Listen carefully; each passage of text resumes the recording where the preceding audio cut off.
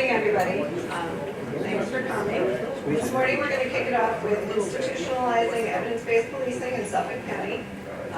And I'm going to let these guys introduce themselves, but we're going to be starting, I believe, with Assistant Police Commissioner Liz Davis. Hey, good morning, everyone. Thanks for coming to this session. In the fall of 2018, 3 leaders from across the Suffolk County Police Department attended a 10-week DCJS-sponsored course on leadership in evidence-based policing, taught by Dr. Cynthia Lum and Chris Coper from the GMU Center for Evidence-Based Crime Policy.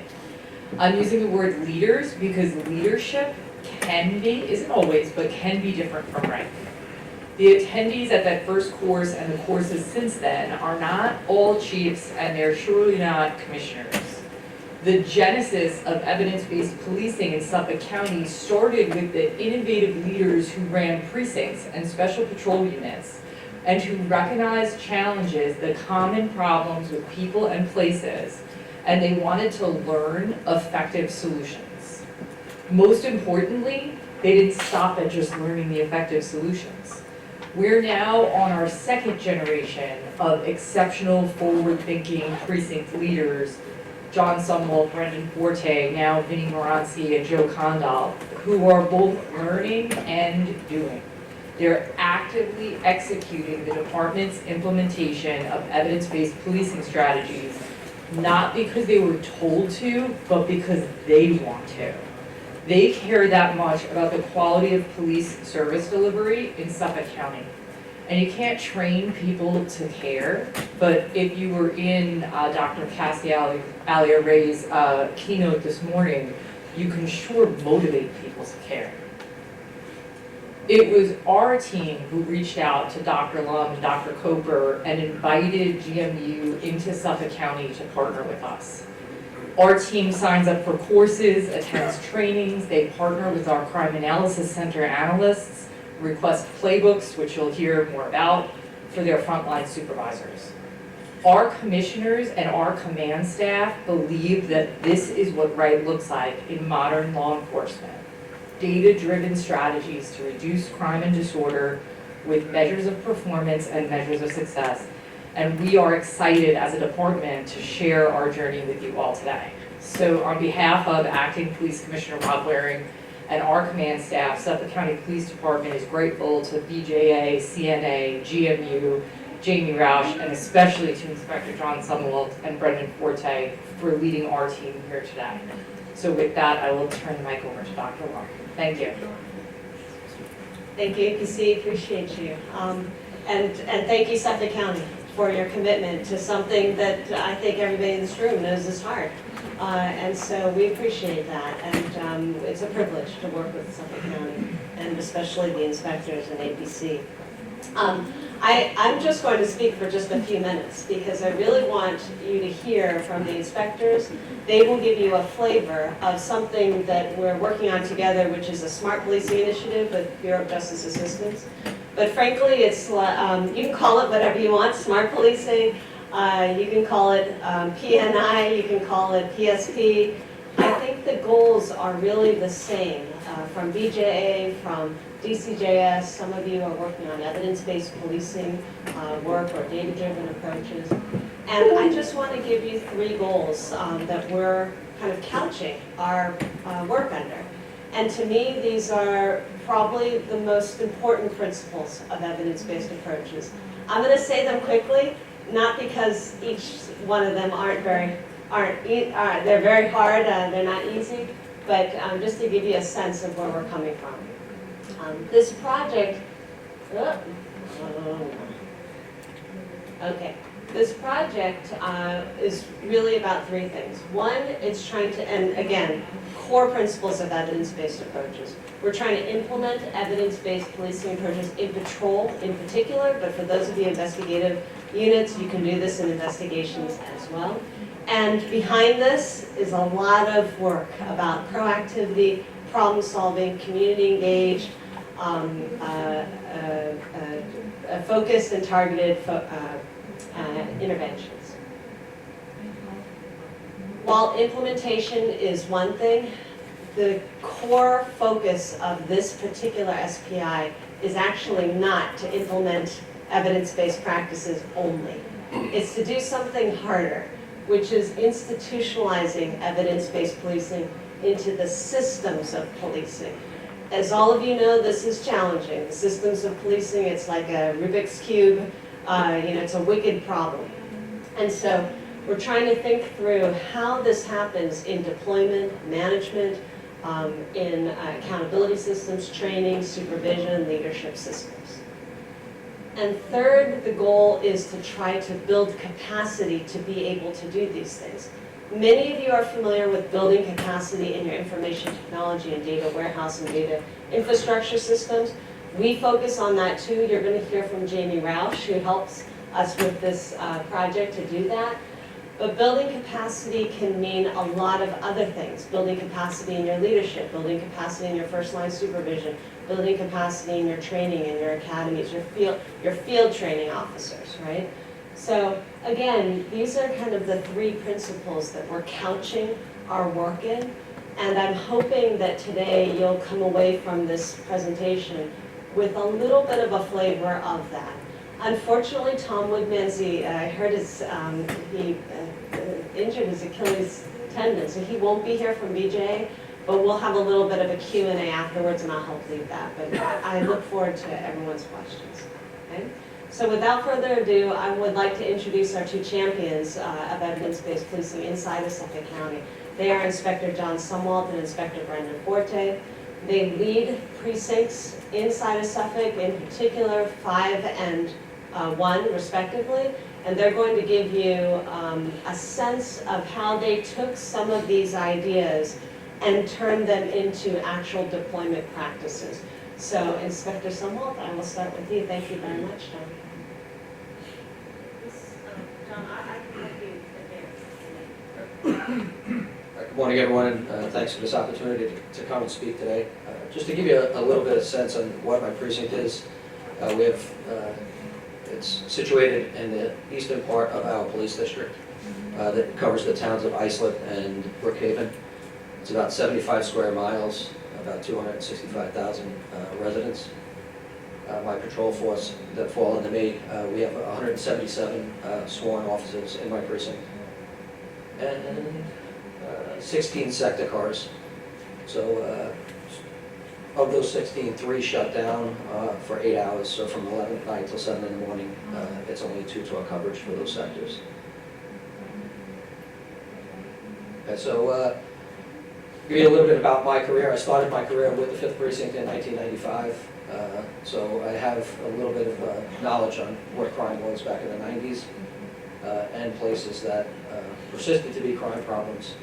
I was a cop in a precinct, a community-oriented police officer, investigator, a sergeant, and then in 2022 I came back as the precinct commander.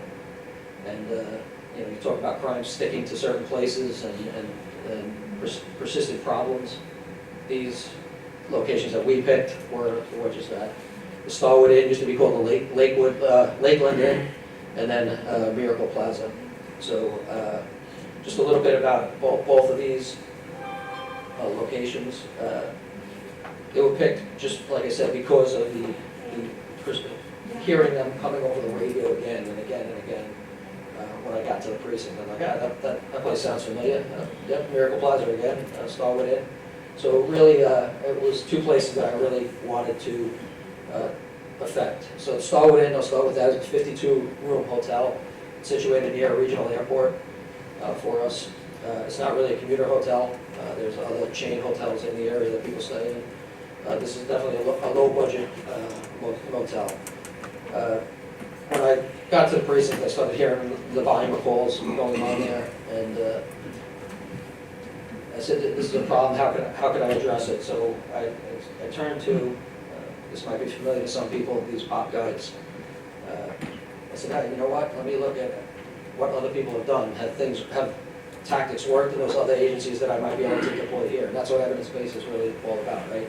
Getting those things that worked in other places that research backs up and trying to bring into your agency to affect change and public safety. And that's, this was a panhandling one. The one I turned to was, I think, booklet number 30, and it was a disorder at low-budget motels. So Q1 in 2023, there were 65 calls at that hotel, and Q2 23, there were 51. So it's 116 calls at a 52-room hotel. If you take that out for a 12-month period, that would average about 4.4 calls per room at this low-budget hotel, which doesn't have, it's not sold out every night for sure. There could be, 10 rooms that are sold, so it's definitely not the Ritz-Carlton. So, it made me really want to put this under the microscope. So I just really thought it was a good thing. When I broke it in down further, you saw arrest activity in the previous 12 months. There were 24 separate arrestees at this location, and 22 of those had occurred since January of 23. So January 23 was a big change for this place. It was a new owner came in.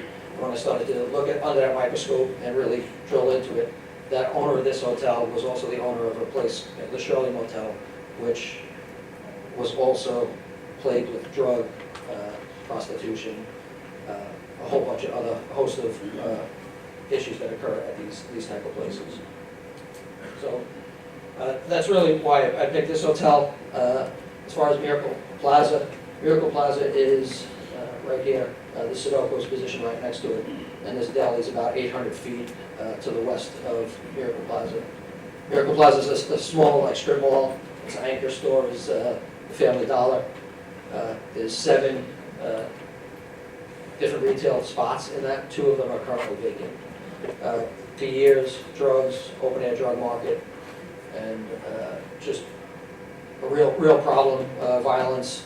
I'm happy to say that since we started this program, there hasn't been any real, there hasn't been a shooting at that location. There hasn't been stabbing at that location, so we're really making a lot of change. This place here is the Bellport Deli. Again, open-air drug market. They're in such in close proximity, so when our cops would go over here to deal with it, guys would migrate a little bit down the road over here to try to get away from our guys. All right, so just some of the tactics that we used at this location was the 10 to 15 minute patrols, having our cops randomly go through. They don't need to spend an hour at a location to make a difference. There's a thing called the Cobra curve. Thank you for sitting in the front here. But so the Cobra curve definitely had effects for us. One thing, part of this project, we had Dr. Cobra, Dr. Lum come out and visit us, to do street visits. And we went to this Miracle Plaza, and it was like, hey, we got to make sure the cops are actually going there and they're doing something when they get there. So we came up, Dr. Lum said, hey, it's like the 4 Gs. You go, get out, you go up to, and you go into the stores. So it was about actually making a meaningful engagement when the cops got there. So that was huge. As far as outreach to management for the hotel, that was a big thing for us. I went down and I spoke to the owner of the hotel, explained what the problem was, how much it was a drain on our resources for that location. The relationship with that guy has developed to the point where he'll call me if a cop rolls through the parking lot and stops knocks on the door, he'll call me. I'm sorry, I didn't mean to have your cops go there. I'm like, listen, we don't have that kind of relationship where you're worried every second of the day that we're here to harm you. But he gave me his business improvement plan, everything that we had asked for. We engaged, talking about set stuff. Hey, your cameras here are outdated, they're horrible. But it really allowed me to develop a relationship with this individual where we actually have a two-way street. We have dialogue about issues, and it's just a great thing. Enforcement of violations, working with our town partners, to say, hey, listen, this is what we're seeing here, this is a violation of your code, can you come in, help us on this? Basic police investigations is a thing that really helped, because it gave us a template. And that was something I learned. I was fortunate to be one of the 3 that sat in the class that Dr. Lum and Dr. Coker gave in 2018.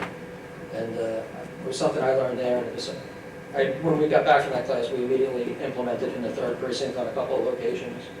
And then I said, you know, this is right for it. So I gave it to a lieutenant to do it as his project.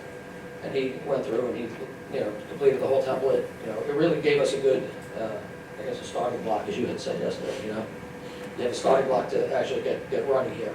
And once we did that, it really put things into motion. The physical adjustments, the cameras and stuff like that really helped us out with future investigations. So I'm not going to go into the results. I'm going to let Dr. Coker give that aspect of it. But I'm just, you know, thankful that I had the opportunity to go to that class years ago, because it really, I had been turning to research anyway throughout my career when I was a detective sergeant, when I was a detective lieutenant, just looking at how to address things. But that class really helped solidify the value of evidence-based practices and implementing it here. The challenges, you know, we'll talk about that a little bit later in the presentation. But, thank you.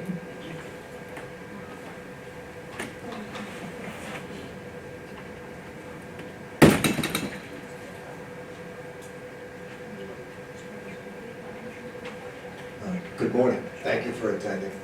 I'm Brendan Forte. I'm the inspector of the 1st Precinct in Suffolk County. That precinct is a precinct that's on the west end of Suffolk County. It's also, it's a very dense precinct. It has a lot of apartment buildings, residential housing, strip malls. It's dense with pedestrian traffic, vehicular traffic. A few years ago, I was presented the opportunity to take a course taught by Dr. Long and Dr. Koper on evidence-based policing. I had never heard of it, and I wasn't aware of it.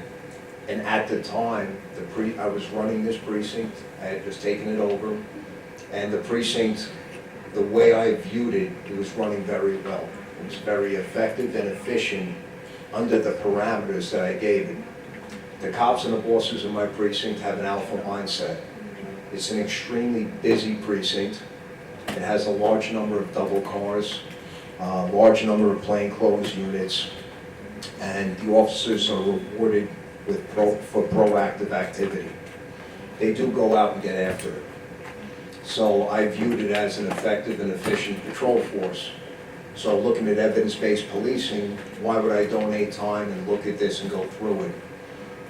When I started the course, it opened my eyes to a lot, where evidence-based policing takes what you're doing, the good work and everything else, and it does inject an analyst and proper analytics to become more effective and more efficient. There were 4 places when I had the opportunity to instill it into my precinct. There were 4 places I chose to do it because they were in 4 separate zones, so it involved four separate sets of supervisors and officers, and it would also test evidence-based policing to see if it works under different conditions.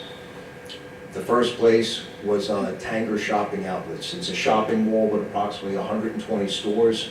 Retail theft was problematic at that area. There was a box store next door to it, so that drew in a lot of retail theft, the Home Depot. The next location was Straight Path in Wyandanch.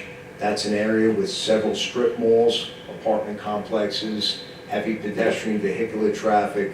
We had several shootings, murders, drug use, prostitution. It was a hangout and everything else, a lot of quality of life issues. The next area was the Copeg Railroad Station. That's a commuter station that's densely packed with large parking lots. It draws in a lot of vagrancy, theft from the commuters' vehicles, a lot of civic complaints, and the surrounding area was taking on a degrading, had a degrading effect on the surrounding area. The next location was a Valero gas station / food mart. It's an area, it's a building, it's a store that's located at an intersection that's at the beginning of the neighborhood. And for years, for decades, I've been working for Suffolk PD for 3 decades. And when I was a cop, I arrested people at this food mart gas station, chased people from there, and we've worked there forever. It's been bad forever. At that location, there's daytime prostitution, drug sale, drug use. We've had attempted murders, shootings. Everybody from that neighborhood that wants to be seen, that wants to be out there, that wants to rep, they stand out there. The place itself is dirty, nasty, so it had that draw. But it's also a place where people from that area and from that neighborhood would go to gas up their cars. Several of the civic complaints were the people from that neighborhood knew if you didn't want problems or if you weren't part of the problem, you have to get there before the sun went down. Because that's when things really got bad. And at all these places, my cops and my lower level supervisors always did a lot of work. But with evidence-based policing, the analytics I was getting and the data I was asking for as the commander of a precinct was the 28-day report, which was very long, very thick, and really useless for patrol cops and patrol bosses. After taking that course, I realized I needed to ask different questions and get different information.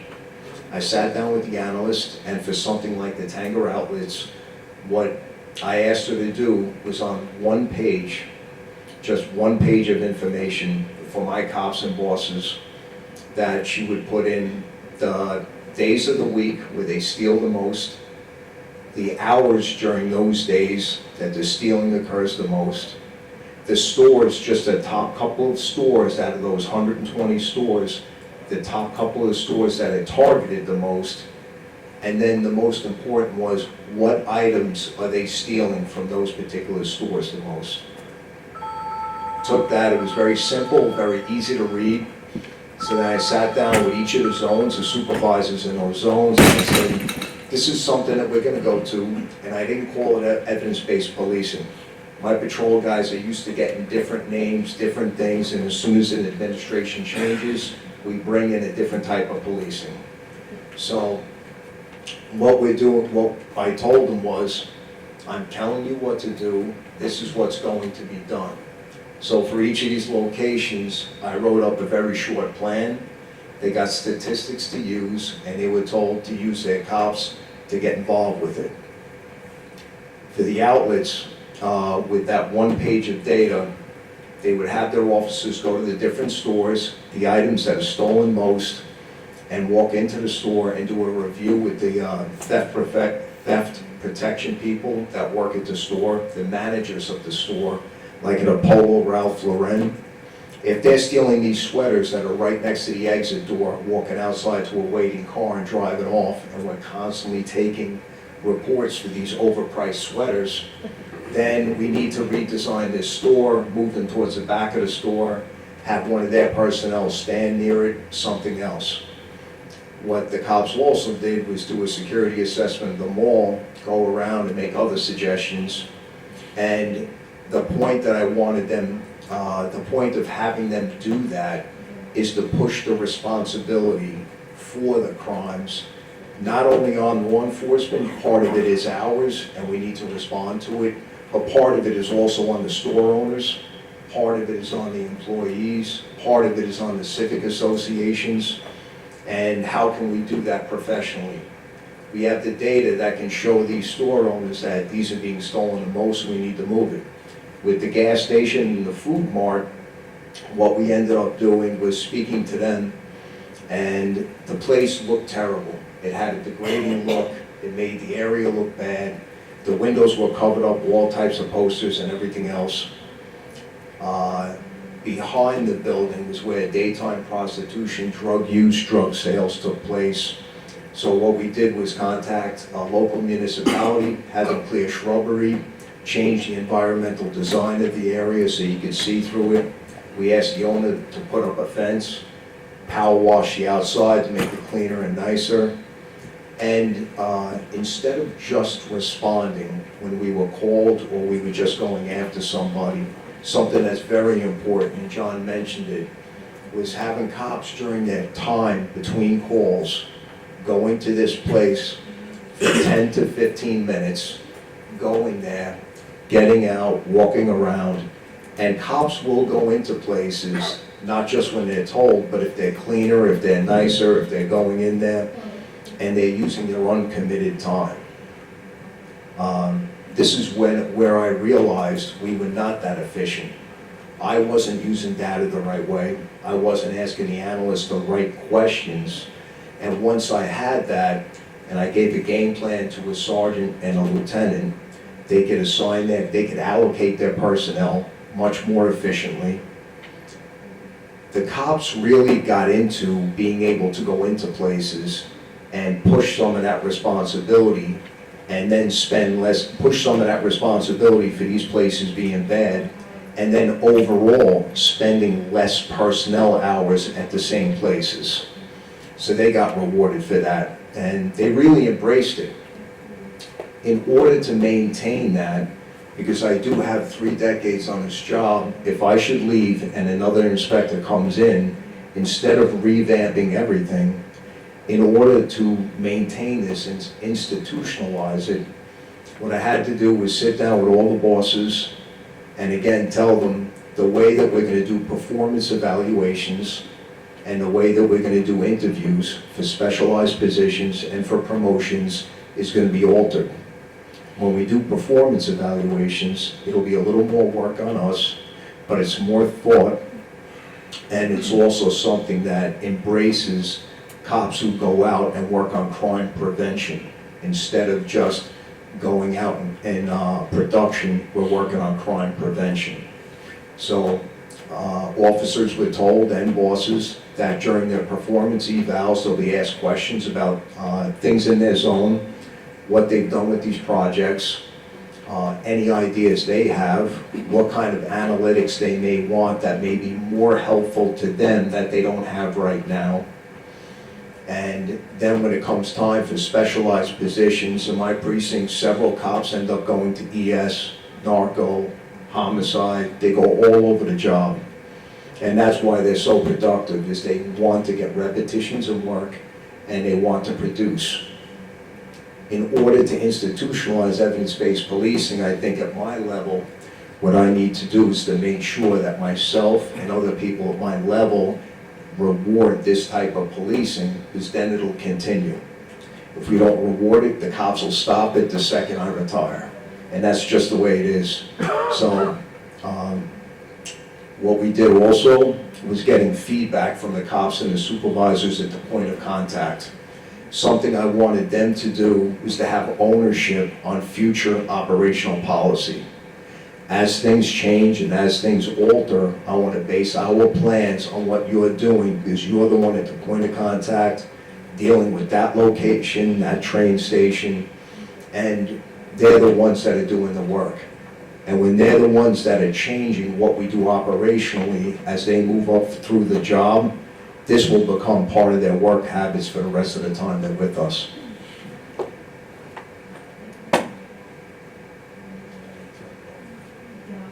Thank you. Good morning, everyone. I'm Chris Coper from George Mason University. And as you've heard, a lot of these foundational efforts that we've started in Suffolk County focus on problem places. The management of chronic problem places is an absolute cornerstone of evidence-based policing approaches. So we've been emphasizing that here, and we've been encouraging the agency to take more systematic and comprehensive approaches to their problem places. And you've heard about those efforts, and we hope that those can serve as really models and templates for the agency going forward as it expands these efforts to other locations. So next we're going to talk a little bit about what we've seen so far with the effectiveness of these strategies, and I'll just be very brief here. I'm going to highlight results from 6 of the hotspots that they started working on in 2022 and 2023. So it's not quite all the hotspots you've heard about, but it's most of them. And we've been looking at changes in calls for service at these locations from before the interventions were launched to after they were started. We've been focusing primarily on calls related to crime and disorder issues. We thought that those would be the most sensitive to changes in police activities. But in some locations, we've also expanded the analysis to other types of calls depending on the unique features of that location. For most of these analyses, we focused on the period of 2021 to 2023. Some of the analyses go back farther, but COVID kind of complicates some of the crime patterns, so we mostly stuck to the post-COVID period. And so we looked at whether or not the weekly averages of calls were dropping after they began these interventions. And we've done a number of things too to check the robustness of the results. So we've looked at monthly trend lines to make sure that drops at these places were not due to pre-existing trends. We've looked at what happened at these immediate locations in the areas surrounding them to make sure crime's just not getting pushed to other nearby areas. We've also looked at trends in the surrounding patrol sectors to make sure that any drops at these places were not simply due to larger area-wide drops. So, but I'm not going to go through all those details. I'm just going to give you some really quick highlights of the results. So first we'll start with some of the hot spots in Precinct 5 that Inspector Sumwalt discussed. This is the Starwood Inn location. They began intervening here in earnest in June of 2023. And as you can see here, we looked at the July to December period of 2023 in comparison to that same time period during 2021 and 2022. Very large reductions in calls for service, 60 to 68%, depending on what types of calls you're looking at. And then this next slide, this also demonstrates it very strikingly. This chart has calls every 6 months around the Starwood Inn for the years 2021 through 2023. On the left side is for the immediate location of the motel, and on the right side you can see calls at the immediate location in a buffer area of about a quarter-mile area around it. And either way, you see a very striking drop-off in the calls once they began intervening. So the next spot we can look at quickly is the Bellport Deli. They began intervening there in March of 2023, and what you can see here is that calls in 2023 were down about half compared to their averages during 2021 and 2022, so that was working well. Then we can look finally at the Miracle Plaza, a bit down the road from the Bellport Deli. They began intervening here in March of 2023 as well, and by the summertime you're really starting to see some impacts there. So if you look at the July to December period of 2023, calls were down 24% from the prior 6 months and down about a third from their July to December average for 2021 and 2022. So a successful intervention there. Now we're moving into Precinct 1, some of the interventions you just heard about. This is at the Wyandanch Merritt Avenue location, one of the more dense and gritty locations that we've seen in Suffolk. They began the interventions there in September of 2022. Calls were down about, for that year, for 2023, back down about a quarter from their average in 21 and 22. Next slide. And I just wanted to show the time series graph for this one particular illustration because it's kind of a very striking visual impact. If you look at this chart here, in the bottom line you see calls in the most focused targeted area that they were working on, and then this higher line represents that target area and a somewhat wider buffer around that location. And in this case, you see the monthly trend lines actually going back to 2018. And calls had been steadily rising at this location for quite some time. And then they put the intervention into place, which is represented by this vertical dashed line. And you get a rather dramatic drop-off in calls after they begin intervening there. And a little bit of a rebound, but it stays below its pre-intervention level. So that one is rather striking, so I'd like to show that one. And then this is the Valero gas station location where they began intervening at the end of 2022. As you can see here, calls were down about 42% from their averages in 2021 and in 2022. And you can notice in a lot of these places too, the calls were actually rising, so they stopped rising call trends. And then finally, the last one we have here is the Copeg train station, where they began the intervention in late 2022. Now this is one where the problems have been a little bit more sticky.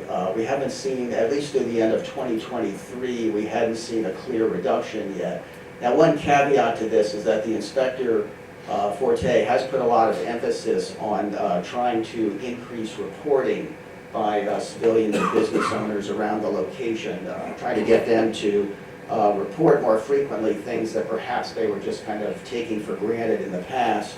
So it could be that that's masking a little bit of an intervention effect, but we're going to keep monitoring that location and maybe take a, it might warrant a re-examination of some of the strategies there as well.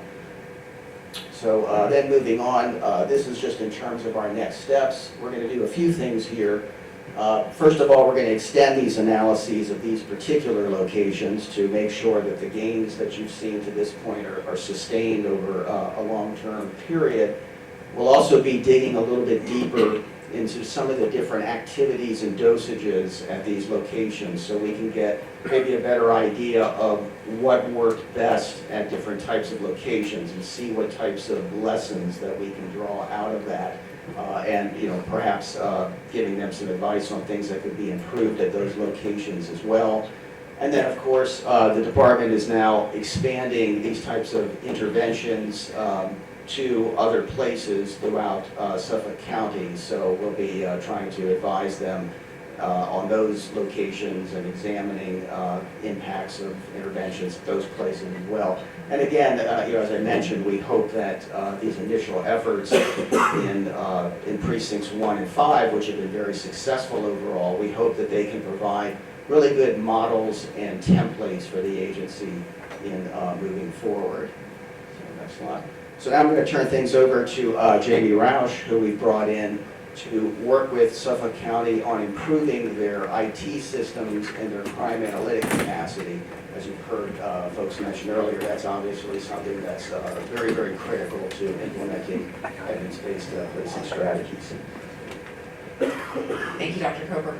So as you just heard, obviously you saw data and the impact of the type of work that the precincts have been doing, but all through this presentation, you've really heard about the theme of using data and analysis in this effort. And evidence-based policing really and truly needs it. And it's not just about, are you up or down on crime, and how many do you have at a particular location. It's a very in-depth look. And so it's really important for your organization to enter into an institutionalization of evidence-based policing, understanding that you have to have very good IT systems, data, and analytical capacity. So we're going to talk about a little bit about how we got there with Suffolk County, where we are today. Well, next slide, please. So one of the things to start this type of work is you have to be very honest with yourself and with your organization about where you are. And so we started this effort doing kind of an initial assessment of saying, what do we know about the knowledge, skills, abilities of analysts? What do we know about their IT systems and whether they're systematically connected to one another? What do we know about the quality and integrity of the data and how people are inputting information on the street, and then ultimately how it makes it to the analysts and to the inspectors as the output product? And so from a technology perspective, we found that there were numerous systems that were not interconnected with one another and that were very disparate. And one person had access to one system and another person had a different access to someone else's system, and there was no cohesiveness at that approach as well. There was also no standardized process by which technology is procured and implemented in the organization. And I think that's probably going to resonate with most people in this room, right? People basically come back from conferences or these events, they see a great new shiny product, we're going to go do that with technology, right? There's no process by that. We don't stop and we say, do we have the resources for that, right? The only resources we talk about, do we have a budget, right? So there was no standardized process for procuring technology as well. And so having those real conversations about how this technology now fits in to the data and analytical capacity was not there. The data, from an organizational standpoint, data was collected and it was stored in a bunch of servers and it was sitting there, and if people knew or had access to it, great. But organizationally, there was not an understanding of the importance of data, okay? If there's anything you take away from what I say right now, data is an asset in policing. It is a major asset to how you act moving forward with evidence-based policing, with proactive policing, with any type of strategy you're implementing. Data must be looked at from an organizational perspective as an asset. There were challenges with data quality and integrity, right? We went from one precinct to another precinct, the way that the informal processes on the street about how data was being collected were numerous, right? So this precinct collected this information, this precinct collected this information, And there weren't a lot of what I call error proofing, right? Or mandatory fields that says we must have this type of information, okay? From an analytical capacity, not uncommon. The analyst's knowledge, skills, and abilities were all varied, right? From the amount of training that the organization provided to them, to the amount of data access that they had, to even understanding what programs they had access to. I would line up originally 5 computers and I'm like, what's on this one, and this one? It was not standard at all, right? So somebody had software over here and then software over here, and there was no conversation about that, right? That was important. And then one of the things that's really important is the organization's capacity to use analysis, right? And again, this is having a very real conversation. Do we know how to use analysis effectively in whatever strategy we're implementing, in this case, from an evidence-based perspective? And it really was clear that the organization was not at a place where it even understood what to do with those products, right? The inspectors kind of mentioned this. They would get it and go, okay, what does this mean? Or it would be a 60-page report, or how do I pull the most important things out and then turn it into something operationally? So early on, the organization was not clear about how do we actually use this in an effective way, and how does this fit into our strategy, our mission, our goals, and our objectives. Next slide, please. So what we started to do was take those major areas, the technology, the data, the analysis, the use of operational analysis and operational decision making, and we said, how do we develop that? What does that look like? What are those stages, essentially? And so from a technology perspective, we created awareness, right? This was something that was really, really important from the ACP's role, basically saying, hey, we really need to start understanding how all these systems connect, and we need to talk about these things openly. If we're gonna buy the next technology, like, let's understand how it fits into our stack, right? So the numerous systems that were collected and stored in different ways, we started to bring all those things together. So there is a developing data warehouse now, for example. There is now a Power BI or business intelligence process that brings data sets from different places together, right? Starting that conversation. From a data perspective, there became more consciousness about data, right? Because the inspectors needed certain things to do this work. We needed to make sure that the data was there to support the work that they need. And are we there yet? No, but we're getting better at it, right? We're being able to have an organizational understanding of the importance of data, and we're also starting to deal with the challenges of data integrity and data accuracy. This is a road that takes time, right? Usually it's many, many conversations about, we need to collect that data better, we need to put an error proof to that field. We cannot move forward without this field on this report collected, because it's important in what we're trying to accomplish operationally. So those consciousness is starting to come to fruition.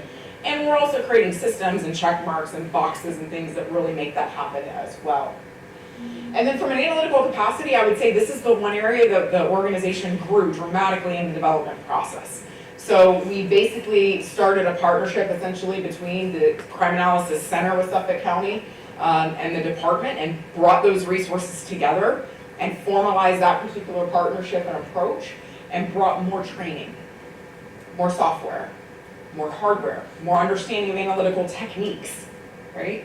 A lot of people, it's so funny, I ask operational people, hey, are there analytical techniques out there? Oh yeah, what's your percent change? No.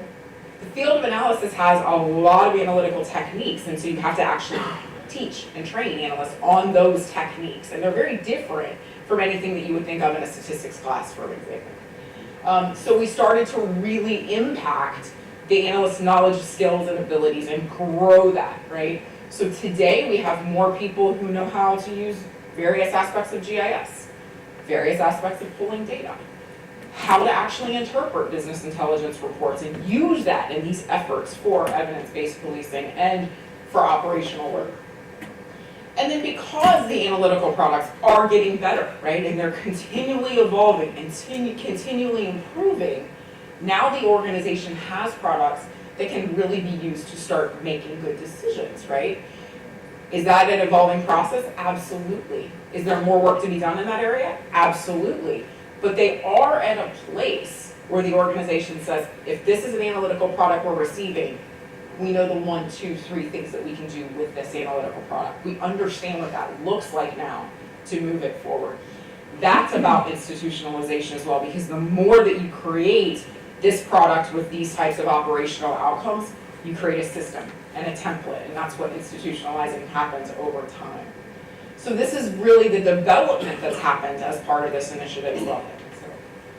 But as I said, in every one of those areas, it is an evolving process. This is a process that never stops.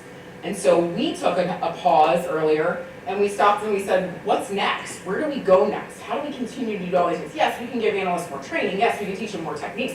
Yes, we can do more education for inspectors and sergeants and lieutenants and other individuals, but how do we really move this thing forward for the future and set Suffolk County on a course that really does what it's trying to accomplish, which is institutionalization, using something that's very powerful, which is data analysis.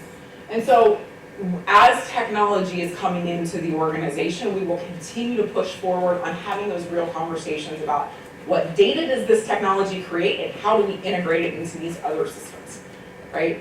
If somebody's gonna go buy the next drone, for example, how do I take that data, put it into my systems? How do I then incorporate that into a report that's business intelligence tied to a CAD call, tied to a report? Like, how do I actually do that? Because a drone's not just creating data in a video format. It's creating a time and space that's connected back to an event and to other things as well. So we're having conversations about those things. From an analytical capacity, yes, we are going to continue this trajectory. More training, more analytical techniques, formalizing it, having real conversations about what are the types of things that analysts sitting in their office, sitting at their desk, can be doing proactively to hand information to the inspectors in a way that they don't even have to ask those questions anymore. It's the anticipation process for analysts giving things from an operational perspective. And that's really becomes key. Because at that point, you're now much deeper into analysis than just a series of questions and responses. And then the use of analytical products in decision-making and accountability. There's really an effort right now about marketing and promoting the use of data analysis in decision-making. It's the reason why, as we're developing analysis further, that we have more inspectors who are working with analysts more one-on-one, who are asking those questions, who's having that kind of volley conversation back and forth that's saying, hey, I saw this, what do you think about this? What's the data say about that? What do we know about those people? And we're starting from, as Inspector Summerall talks about, case of place, we're actually now digging very, very deeply into the people who are associated to these places and looking at the data and the history about it, right? It's not just hitting a button and writing a criminal history. It's who are they connected to? What do we know about them? Why are they here? Why is it this place, right? It's answering all of those kind of questions using data and analysis. And so we're really pushing that effort forward as well. And then we're leveraging business intelligence. You've heard me talk about that a couple times. This is the way that the organization has standardized. It's basically said we're going to use Power BI as part of that business intelligence approach. We're going to integrate all of that data together. And there's going to be a single source of truth. So that when people need to go and grab information about a topic or a crime type or whatever it may be, there's one place to go, right? That is created from a much more standardized process that got us there, essentially, from a data perspective. And so the department will continue to evolve on the use of that. And it's going to double down on business intelligence as the mechanism and way to move forward as well. Okay, thank you very much. Jamie, Chris, inspectors, appreciate you, APC. Before we open up to questions from the audience, I'd like to give the inspectors just a bit of a final word before we ask some questions. Because in the span of 45 minutes, we were only able to give you the tip of the iceberg. There's so much underneath this that I wish we could talk to you about. And so, just to cap that off, maybe a couple minutes from each of you about what you see next. What's the biggest challenge? What did you see when you were doing this, right? And what would you suggest to those in the room who are saying, okay, we'd like to try this, but can we avoid some bumps in the road? Can we do some things ahead of time that might help? What are some of the biggest challenges that we want to keep our eyes out for?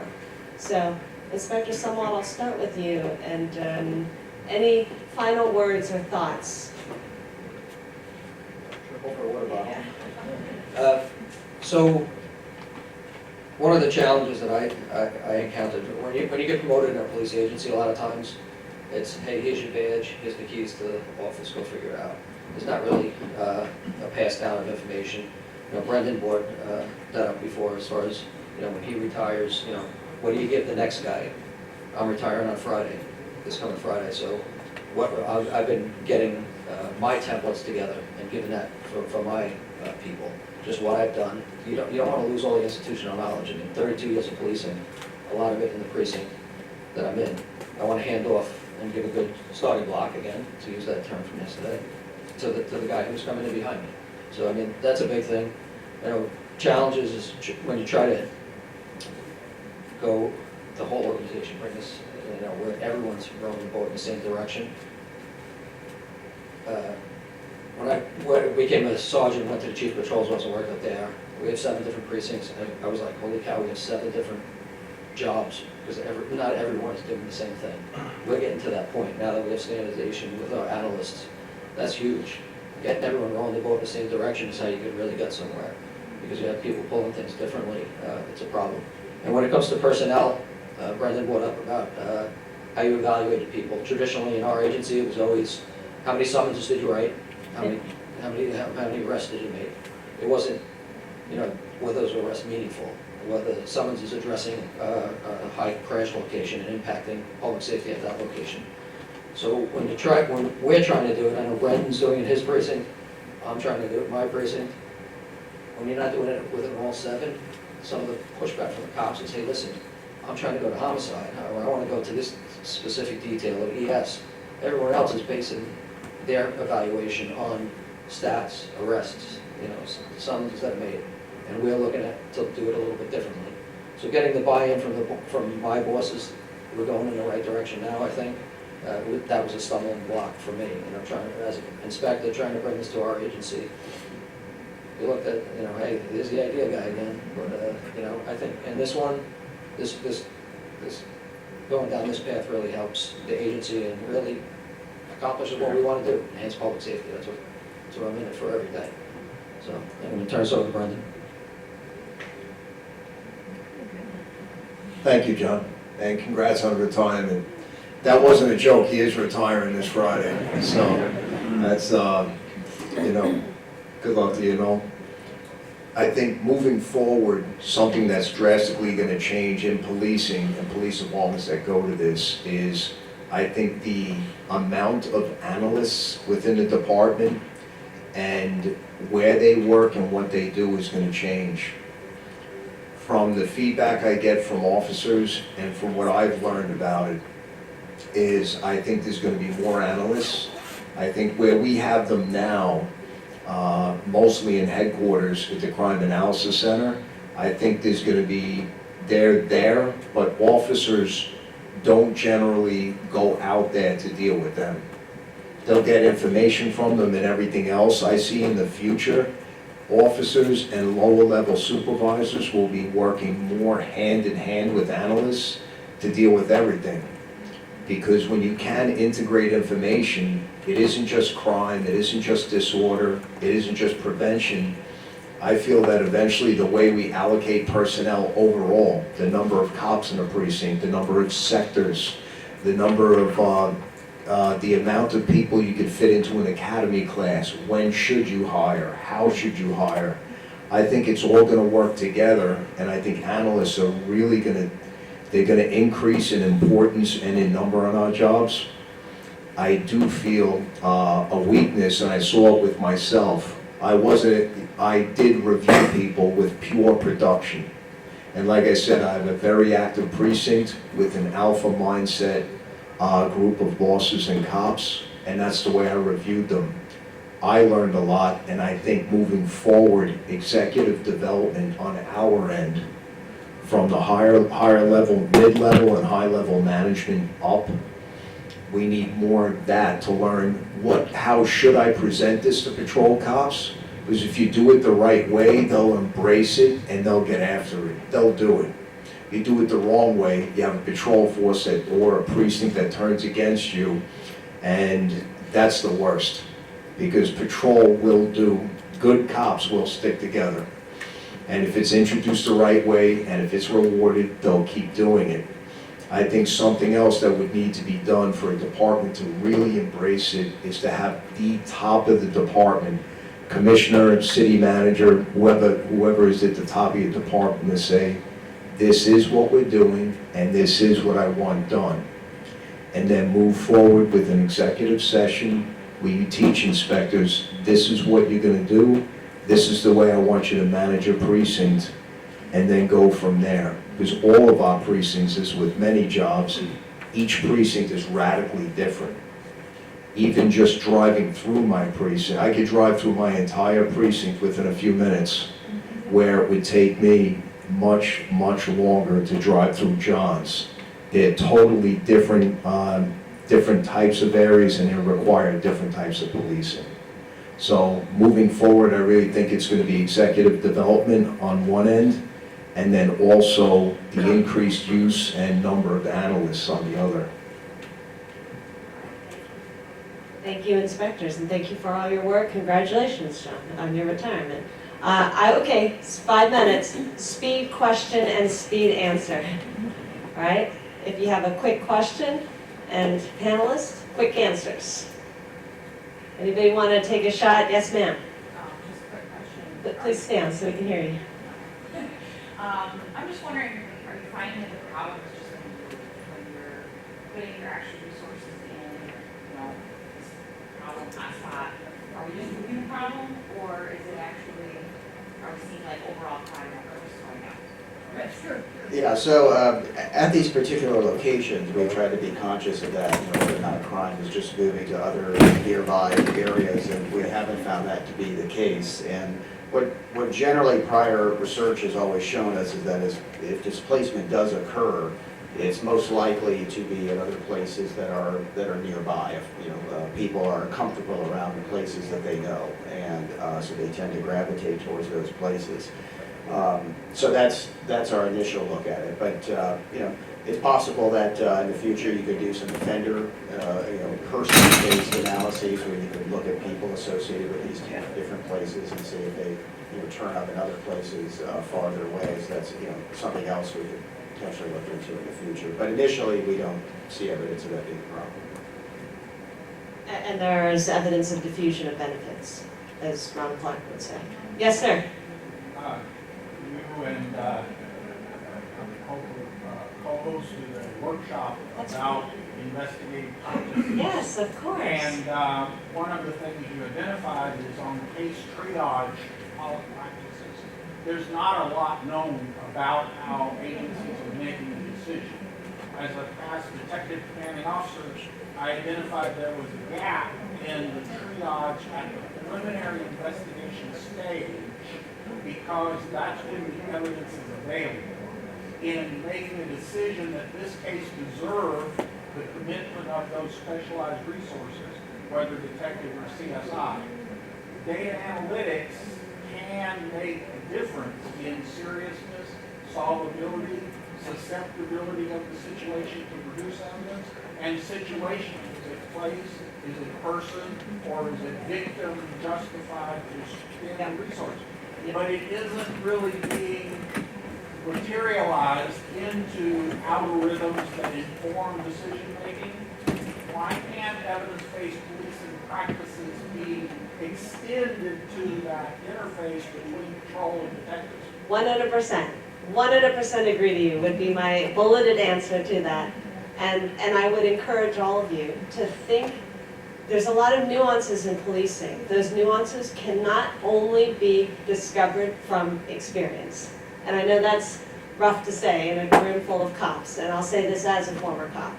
The experience is only one part of the solution. You've got to use all the information and data available to see the whole picture, or else you won't be able to see it. Thank you, sir. Yes, sir. Quick bulleted question. It's just to the inspectors. I'm from Nassau Probation. Our commissioner, I'm at the Intel Center in Nassau. Our commissioner brought us to the table. We talked to the crime analyst, there's everyone at every precinct.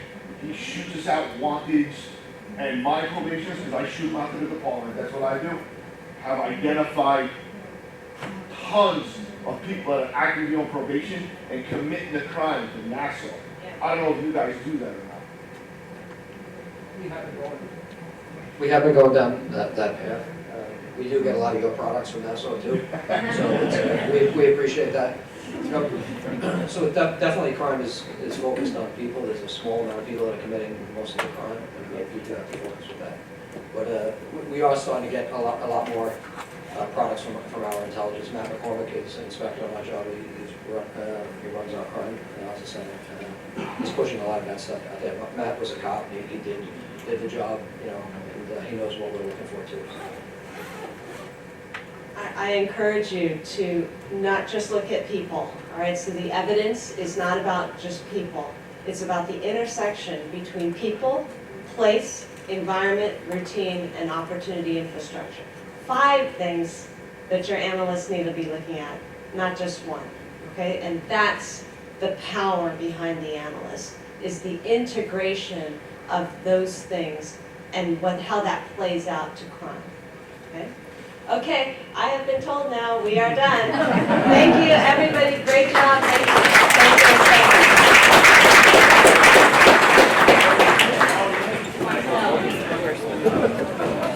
Nadia Costa, how are you? I look over, texting from